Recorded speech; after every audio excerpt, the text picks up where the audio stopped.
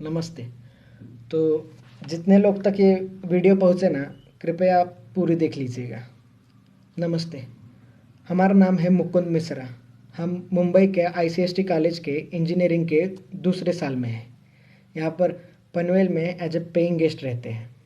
और मतलब ये हमारे ज़िंदगी का फर्स्ट वीडियो है। मतलब 19 बार रीटेक दे चुके हैं, ज़रा कॉन्फिडेंस ला रहे थे। वैसे हम यूपी से हैं। यूपी के जौनपुर ज़िले में हमारा गांव है। और हमारे पिताजी मनोहर लाल मिश्रा हमारे गांव की पाठशाला के हेडमास्टर, मतलब गांव के सबसे पढ़े लिखे आदमी। अब हमारे पिताजी ना हमें भी खुद की तरह ऐसा पढ़ा लिखा नवाब बनाना चाहते थे, इसलिए यहाँ भेज दिए। अब बचपन में ना हम फैन देखकर बोले थे कि बड़े होकर हम मशीन बनाएंगे। अब साला छोटे बच्चे को थोड़ी पता होता है कि उसको सिर्फ मशीन बनाने के लिए MIT, VIT, BITSAT, JEE main, JEE advance ये सब देना पड़ता है। अब छोटा बच्चा था, गलती से बोल दिया। अब उसी गलती की सज़ा हम रोज़ ही काट रहे हैं। उसके बाद ना हमारे पिताजी हमको रोज़ सुबह कहते, उठ जाओ हमारे मैकेनिकल इंजीनियर, हमें गांव का कल बदलना है। पूरे गांव में ढिंडोरा पिटवा दिए थे कि हमारा बच्चा इस गांव का फर्स्ट इंजीनियर बनेगा। अब साला इस मोड़ पे पहुंच गए थे ना कि हम मना भी नहीं कर सकते थे कि पिताजी हमको इंजीनियरिंग नहीं करना। मतलब पिताजी की इज्जत चली जाती थी। हमको हमको क्रिकेट बहुत अच्छा लगता था। कहीं और ज़्यादा अच्छा ना लगने लगे इसलिए छोड़ दिए। उसके बाद हमारे पिताजी हमसे कहे कि बेटा अगर ज़िंदगी में तरक्की करनी है ना तो ये गांव के दोस्तों के साथ घूमना फिरना ये बंद कर दो। तो हम बचपन के दोस्तों के साथ घूमना फिरना भी बंद कर दिए। हमको याद है हम 10वीं का पड़ाव बहुत ही ज़ोर से पार किए थे। मतलब पूरे ज़िले में 7वें आए थे हम। और इनाम के तौर पर हमें पिताजी ये सैमसंग का फ़ोन दे दिए। हमसे कहे कि बेटा जब मैकेनिकल इंजीनियर बनोगे तब टच स्क्रीन वाला दिलाएंगे।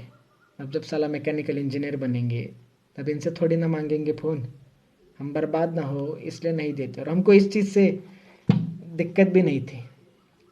अब हमारे गांव की पाठशाला में एक ही कंप्यूटर है, उसमें हम पढ़ाई के बहाने FB अकाउंट बनाए थे जिसको हम इस्तेमाल ही नहीं किए।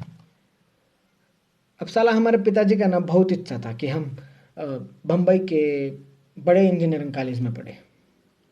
तो हमको यहाँ फट से भेज दिए। तो हम भी खुद के ही खिलाफ यहाँ आ गए। माँ, बहन, खेत, हमारी पाठशाला, दोस्त जिनको अलविदा भी नहीं भूल सके, हम सबको छोड़ के यहाँ आ गए। वैसे ये बम्बई शहर ना बहुत खूबसूरत है, बहुत खूबसूरत है। मतलब ज़्यादा घूमे नहीं है लेकिन सुना बहुत है। और हम जैसे जो बाहर के लोग आते हैं ना उनको बम्बई और नवी मुंबई ये सेम ही चीज़ लगता है, लेकिन यहाँ के पता चलता है कि भैया ये दोनों दुनिया ही अलग है। अब जब हम एडमिशन्स के लिए आए थे ना कॉलेज, तो ऐसा ऊंची इमारतें, ऐसा बड़ा प्लेग्राउंड, ऐसा अंदर होटल होटल कैंटीन कैंटीन देख के ऐसा मतलब पागल हो गए थे। अब हमारे बैच में ना एक 80 स्टूडेंट्स हैं। हम अकेले ही यूपी से हैं।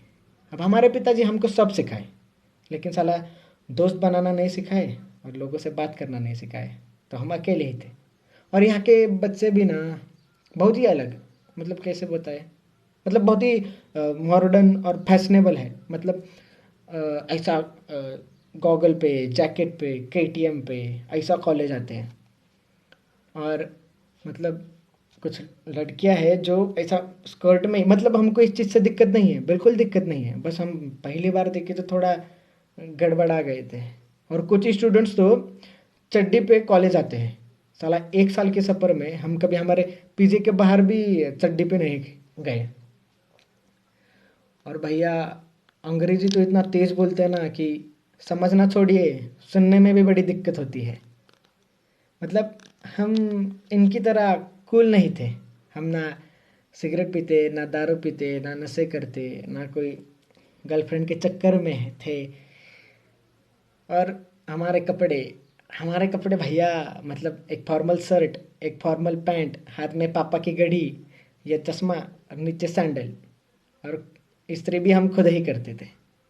और बाल अभी बढ़ाए बाल, वरना पूरा मिलिट्री कट रखे थे। वो बाजू वाला चिंटू है ना, हमको मतलब बाल देख के यही उम्र में अंकल बुलाता है।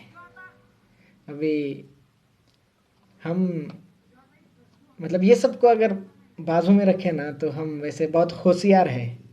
मतलब खुद की तारीफ नहीं करेंगे, लेकिन हमारे कुछ उसूल है, जैसे कि हम बंक नहीं करेंगे, असाइनमेंट्स टाइम पे देंगे, जो भी है ईमानदारी से करेंगे।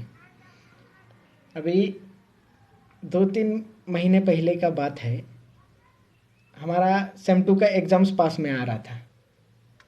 तो धीरे धीरे सब हमारे साथ ऐसा ही हाय बाय बोलने लगे, हमारे साथ बात करने लगे, हमारे मतलब फर्स्ट बेंच में बाजू में बैठने लगे।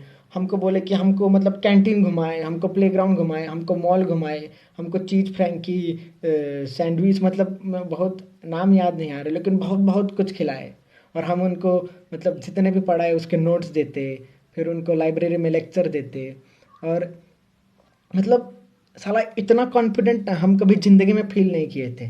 और हमको हमको ना मतलब लड़की लोग भी नंबर शेयर करने लगी, तो हम थोड़ा गड़बड़ा जाते थे उधर। मतलब अचानक इतना सारा आ गया ना कि हम पागल हो गए थे। मतलब बहुत ही खुश थे हम, मतलब हमारे ज़िंदगी का ना ये बेस्ट पीरियड कह सकते हैं। अभी हमारा ना ये वॉचमैन है ना जो नीचे, उनका यही फ़ोन पे हम वीडियो बना रहे हैं। तो उनका एंड्रॉयड फ़ोन है और उनको चलाने नहीं आता है, तो हम उन पे हमको दे देते हैं फ़ोन। तो उनके फ़ोन पे ऐप भी खोल के हम सबको फ्रेंड भी बना लिए। तो हमारा ना 2 पेपर अच्छे से हो गए, हम धम धम सबको पेपर दिखाए, सबको आंसर्स बताए। तो क्या हुआ ना कि ये कोरोना की वजह से जो बाकी का पेपर था वो कैंसिल हो गया।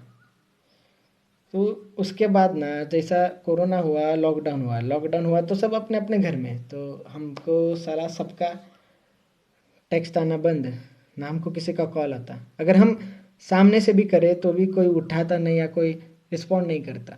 हमको एक एक लड़की का मैसेज आया था कि thank you Mukund for your help, means a lot. तो हम कहे कि you are welcome, how are you. तो उसका भी रिप्लाई नहीं आया। हम सोचे कि हम ऐसा क्या कर दिए, कुछ गलत बोल दिए क्या किसी को। अभी तो हम सोचे कि साला हम कूल बनने के लिए ना फेसबुक पर मीम्स सबको शेयर करते हैं, तो सबका रिएक्शन तो आएगा। लेकिन उधर भी कोई किसी का रिएक्शन नहीं आया। मतलब हम बहुत कोशिश कर रहे थे बात करने का। हम मतलब अभी एक अकेला इंसान घर में पढ़ेगा भी कितना। हम ना गेम खेल सकते थे, ना पिक्चर देख सकते थे, ना किसी से मतलब घूमने के लिए बाहर जा सकते थे। हम बहुत सोने लगे थे, हम बहुत चिड़चिड़े हो गए थे, बीच में ही रोते थे, बीच में ही गुस्सा होते थे। हम ज़्यादा सोने लगे थे, मतलब हम हमारा काबू ही खुद से हट गया था। हम मतलब अभी देखिए ना, हम जो चीज़ ज़िंदगी में नहीं कहे वो पहली बार कर रहे हैं। जैसे कि हम पहली बार वीडियो बना रहे हैं। हम पिताजी को बोलने का भी कोशिश किए कि पिताजी हमको ठीक नहीं लग रहा है। हम मतलब थोड़े गुस्सा हो रहे, थोड़े ज़्यादा रो रहे, या हम बहुत अकेला महसूस कर रहे हैं। तो हमारे पिताजी हमसे कहे कि बेटा ये ज़िंदगी का मोड़ है, ये सबके साथ होता है, हमारे साथ हुआ, तुम्हारे दादाजी के साथ हुआ, ये आएगा और चला जाएगा। हमारे पिताजी समझने की कोशिश ही नहीं की कि हम क्या कहना चाह रहे थे। अब हम ना एंजाइटी और डिप्रेशन ये सब में विश्वास नहीं रखते थे। पर साला जब वो इंसान को होता है ना वो चीज़, तब तब ही समझ आता है कि भाई ऐसा मानसिक बीमारी करके भी कुछ तो होता है। अब हमारे गांव में ना मानसिक बीमारी का 2 ही मतलब है, एक तो भूत बाधा और दूसरी मतलब ये पागल हो गए। साला हम गुस्सा हमारे दादाजी से नहीं है, ना हम गुस्सा हमारे पिताजी से है। हम गुस्सा इस समाज से है, जो जब सर दुखता है तो हाथ में फट से डिस्प्रिन दे देता है, लेकिन साला जब दिमागी हालत ठीक ना हो तो मुंह ही फेर लेता है। अब साला परसों का ये बात है, हम उसी उम्मीद में फ़ोन लिए थे कि हम देखने की फेसबुक पे हमको गलती से किसी का मैसेज आया रहेगा। तो हम खोले तो देखे कि सबने स्टोरी शेयर किए थे, और उसमें लिखा था, तो क्या लिखा था, उसमें लिखा था कि if you feel lonely you talk to me, I better see you laughing instead of seeing in your grave, and suicide is not the option. अब हम क्या बोले बे? और कितना गिरोगे बे तुम लोग? गए 1 महीने से हम बात करने की कोशिश कर रहे हैं कि हमसे कोई बात करो, हमारा फोन उठाओ, हमसे हम तरस रहे थे कि हम हमारी सुनो मत, लेकिन हमसे बात तो करो, हमको तो जानो कि हमको क्या हो रहा है। साला एक फेमस इंसान अगर सुसाइड कर ले तो सबको इस चीज का फर्क पड़ता है, लेकिन आपको पता है क्या, साला हर 1 घंटे में एक स्टूडेंट भारत में आत्महत्या करता है, लेकिन तभी किसी को फर्क नहीं पड़ता क्योंकि वो फेमस थोड़ी ना है। ये फर्क छोड़िए, ये ना ये सोशल मीडिया को चलाने के लिए ये लोगों को कंटेंट मिल गया, और ये जो कंटेंट है ना ये इंसान की जिंदगी से भी बहुत ही प्यारा है।